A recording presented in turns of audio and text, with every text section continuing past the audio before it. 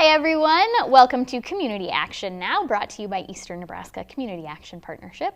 My name is Bryn Schimmel, and we're so glad you're here with us today. It is our last show for the year, last show for 2022. So we're excited to have you here with us. Today, first, I have with me Lynne Lange from Mission Matters. So Lynne, thank you for being here. Thank you for having me. Absolutely. Would you start out by telling us a little bit about yourself? Sure. So I am a consultant, leadership coach, facilitator with Mission Matters. I get to do all the fun things with amazing people that are working hard to make our communities wonderful places.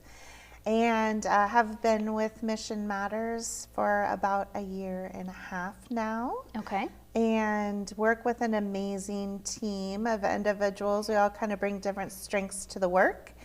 And we get to do some work with people in Omaha, but all across the state of Nebraska, as well as working with some individuals in other states and organizations as well. Okay, very cool. Yeah. For people who might not know, myself included, I don't know a ton about Mission Matters. What is Mission Matters? Right. So Mission Matters is a collective of individuals who work together to support organizations that have socially responsible mission or perspective. They want to make a difference in the world. That's where our passion is really for making a difference. So we get to come alongside those individuals or organizations and support them in a way that makes their work more meaningful. Okay. So that might be through leadership coaching to help them really step into their larger role as a leader. It might be through capacity building. So we do that within our organizations, not only for the staff members, but also for board members and board development. We also do facilitation that could be in person, it could be virtual, but allowing people within organizations to be participants in their processes, and we can step in to facilitate so that they don't have to be in that role. We help organizations with strategic planning. Okay. So really creating that path of how to move forward instead Yeah. of just stumbling down it in different ways and Sure. going in different directions. So a lot of things that we have passion for, we get to bring to other organizations and help them. Cool. How long has Mission Matters been a thing? When was it created, and kind of where did it come out of? Yeah, it was created in 2015 by 3 individuals that really just saw the need for supporting organizations. You think about how sometimes you're hired and you're like, congratulations, here's your keys, good luck with that. And people might be working in a silo trying to figure out what their role is and where they're going next. Sure. And so being able to have some supports wrapped around those individuals. And the team has transitioned a little bit over the years. So now Greta Leach and Kayla Schnelly and I are there at Mission Matters, as well as Mary Lee Fitzsimmons is one of the founding mothers of the organization, but she's in the process of retiring. So Okay. we're sad, but we have to let her rest. Yeah. Yes, and Greta, we're so sad that she couldn't be with us today. She was supposed to be here and then woke up sick this morning. Yes. So that's a bummer, but we're Yes. thrilled to have you here. Thank you. So have you been with Mission Matters since the beginning? No, I have Okay. not. So my career for 27 years, I worked as executive director of 2 different organizations. Okay. And then just came to Mission Matters over the last year and a half. Okay. To really kind of take my skills to the next level of helping others who are carrying those heavy loads with organizations that are doing important work. Does Mission Matters work chiefly with nonprofit organizations, or is it with any kind of business or organization who's seeking help? We do work with nonprofits. We do work with some businesses, and we also work with some philanthropists and foundations. Okay. And so it's more for us about making the match with an organization that is trying to do good for our world and has that in their mission or their agenda. Okay. What would you say your favorite part of your job is at Mission Matters. Do you miss the executive director role? Yes and no. At first I said no, like my stress level has gone down. I don't miss it at all. But recently there have been a couple times that I've had a little bit of, oh, I miss doing this or that. Yeah. But that is what brings passion for me, is helping people who are in those roles and who are still doing that hard work every day. Just knowing that a lot of times people don't have support, and they feel like they're just finding their way on their own. And so knowing that they don't have to do all the hard work by themselves. Cool. We talked a little bit about services that you guys offer, but could you be a little more specific? You facilitate like workshops, like one-time things? Are they, over a period of time, like classes? It kind of looks different for each organization, because we really try to tailor individually to what that organization might need. Sure. So some organizations, we might do a one-time facilitation or teaching them about leadership skills or culture creation and development for a healthy workplace. Okay. And there might be others that we work with for a number of years, going in monthly or quarterly to work to build leadership within their organization, to create an understanding of where they want to go so they're successful. So it looks a little bit different for each. That makes sense. Just depending on what their needs are. Yeah. We ask this question a lot. The show has been around since towards the end of 2021, so we were kind of still crawling out of the pandemic era. And we talk a lot with guests on the show about how COVID affected the way that everyone did things. Was that a hard period of time for you guys in such a personal, kind of relationship? Did you do a lot of stuff via Zoom? Did you have to kind of step back for a little while? Yeah, there was a shift to virtual online facilitation and meetings. Luckily, Kayla and Greta and I have been trained in doing that type of facilitation. And so we got creative with using different online platforms and engaging people to keep them active. So they were actually clicking and typing in and still engaged in what we were doing. So it just, I think, helped us to remember to develop those online skills and to become confident that if we do need to do something in that manner, we can. Yeah, very cool. As we kind of get into December and the end of the year, what were some of the high points for the Mission Matters team this year? One of the things that I love that we do is we provide two different nonprofit leadership programs. One is in the Grand Island area, one is in the Fremont area. Okay. But it's a process where people apply to be in that organization, and they're supported through the foundations in each of those areas to help fund that for the individuals to attend. But it focuses on all the different important aspects of nonprofits, and from board governance to how do you get your word out and market and services, mission, all the things. So that's, I think, a highlight for us of something that we continue to do. So my first thought was that it was kind of like a leadership, Omaha or leadership Lincoln type of program, but it doesn't sound quite like that. No, I think both those communities do have that type of programming, but this is more for somebody who's stepped in a role with a nonprofit to know what are the important things that I need to make sure are happening around finance, around governance, around the mission, and what are the legalities involved to make sure that we're not missing something. Right. Oh, that is very cool. If I was a business or an organization that wanted to work with you, how would I go about getting in touch with you? Our website is mission-matters.com. Okay. And we'll put that up on the screen, all of the contact info. Great, thank you. There's a contact tab on there, and then you can click and email me or Greta or Mary Lee or Kayla, so that people can get a hold of us. And then we usually like to be one-on-one conversations with individuals just to kind of assess what they're hoping for and see if we are a good match. Perfect. And yeah, like I said, we'll put all of that information up on the screen so that if people want to get in touch with you, they can. Great. Looking towards next year, so what does 2023 hold for Mission Matters?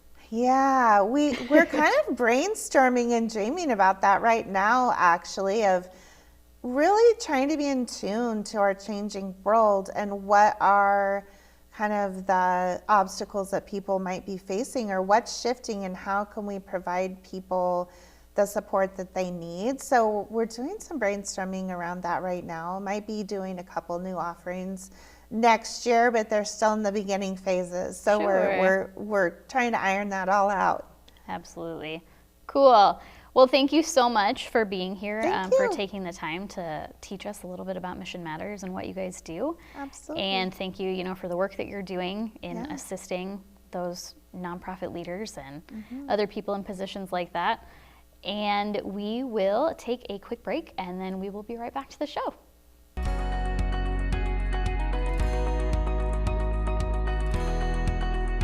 Hi, I'm Mike DiGiacomo, a born and raised American and a food lover, and I invite you to join me as we discover the origins of flavor, the journey of spices, and the recipes of the world. Where can you watch KPAO Community Television? The channel with all of the local shows. If you live in the Omaha area, Cox Channel 22 HD is your place. If you prefer streaming, go to kpaoTVOmaha.org. And now, if you have the Apple TV box, grab our app and watch us there. KPAO on cable, streaming live, and now on Apple TV.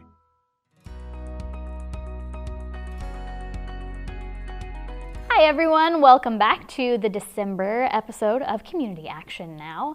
We had Lynne on with Mission Matters on the first half of the show, and now I get to introduce another one of my friends here, Joey McKernan, who works with Abide Omaha. Joey, so glad you're here. Great to be here. Thanks for having me. Tell us about what you do. Yeah, so I run Abide Omaha, which is a nonprofit organization originated out of North Omaha. And our dream as an organization is to revitalize the inner city one neighborhood at a time. I specifically am the executive director, so I do a lot of partnerships, I do a lot of fundraising, I do a lot of relationship building, I also run the team. And so it's a lot of fun. Yeah. So tell us a little bit more about Abide.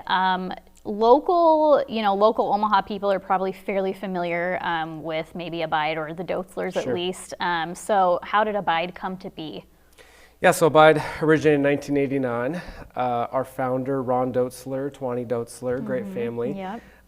They really felt a call to really live on mission. They didn't know what that meant. They didn't know where that was going to be, but they found themselves in the heart of North Omaha. And they landed their family on this one of the worst blocks in our whole city, 33rd and Larimore, from a crime standpoint. And they said, you know what, if we're going to be here, we might as well make a difference, right? And so they start hosting block parties, they start hosting ministries, programs out of their home. This later on would be considered what we call a lighthouse, which is really a missionary or a neighborhood advocate in a North Omaha neighborhood. And so that's really where our dream came from, where we said we want to see North Omaha revitalized one neighborhood at a time. Yeah. And so that's really what we do. We mobilize, we refurbish homes, we place leaders in those homes, and those leaders create incredible transformation in the neighborhood.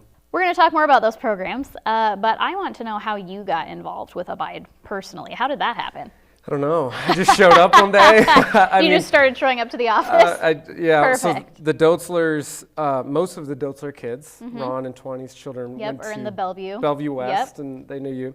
Bellevue West, and I went to Bellevue East, and so I always knew of the Dotzlers. Sure. I mean, yes, if you're in Bellevue, you know the Dotzlers, right? Yes. And so we knew them through that. I had worked at the Open Door Mission for most of my life through my dad and his work there. Always knew of Abide. Yep. And when I was kind of coming out of college, I thought, man, I want to be a part of an organization that's doing incredible things, and literally showed up on the front doorstep and said, I'll get involved. And I just started volunteering. That led to a job, and now I play the role I do. So cool. I don't know how it happened. Honestly. I love it. It's fantastic, though. I love it. So you talked already, you mentioned, kind of the mission statement is to revitalize neighborhoods. Yep. So tell me about some of the programs that you guys do that help with that. So you mentioned Lighthouse Leaders. Let's start with that one. Yeah, so Lighthouse Leaders are families, right, that live in those homes that we refurbish. We're not a housing program, but we're placing leaders in those houses that adopt that neighborhood. When we work with the police, they've done some research around lighthouses, and they've seen crime rates drop up to 75% in those neighborhoods. Cool. Because of the connection, the cleanliness, the intentional investment in that neighborhood. Yeah. So obviously lighthouses are powerful. The second pillar we talk about is stronger families, which is where our Better Together campus comes into play. Yeah. And so we currently, which is the old school for the deaf. Yep. And we purchased that in 2015. Okay.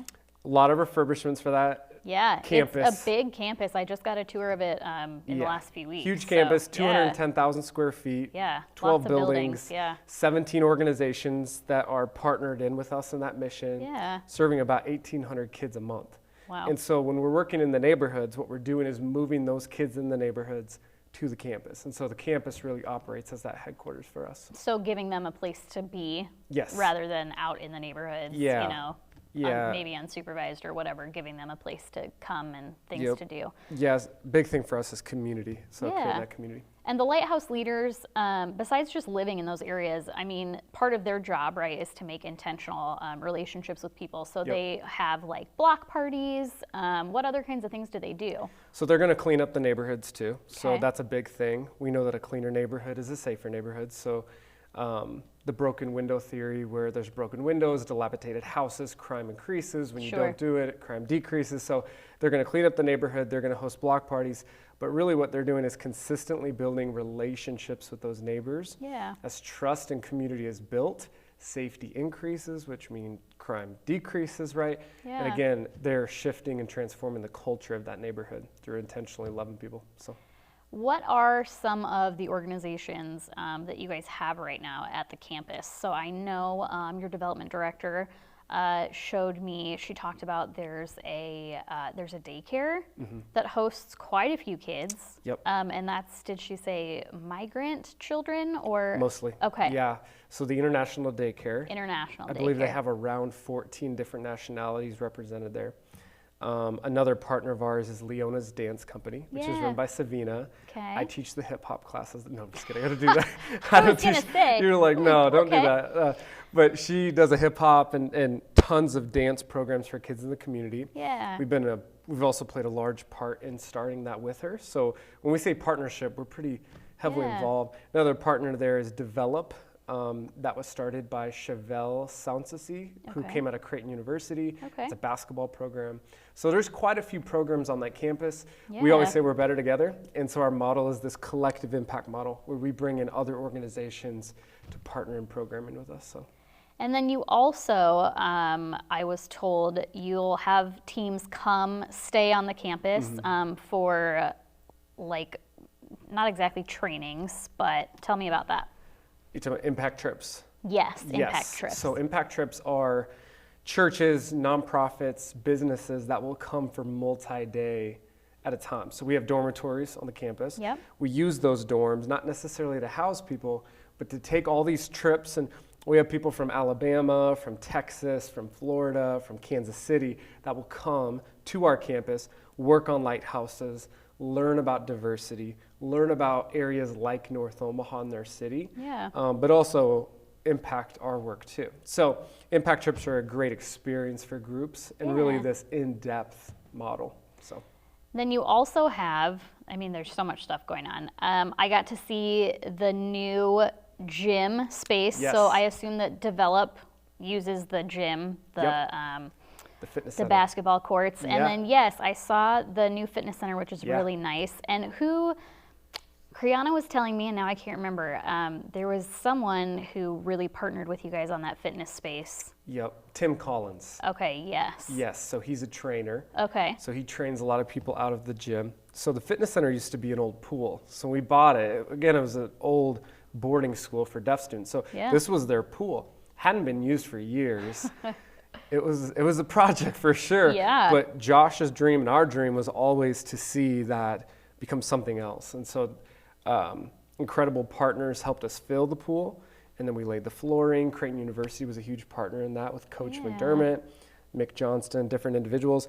And then we ribbon cut that a year ago. And so it's been awesome. We've been slowly getting trainers and partners in there and utilizing it for the community. Again, for anyone who doesn't know, the Dotzlers, very well known in Bellevue, incredible athletes.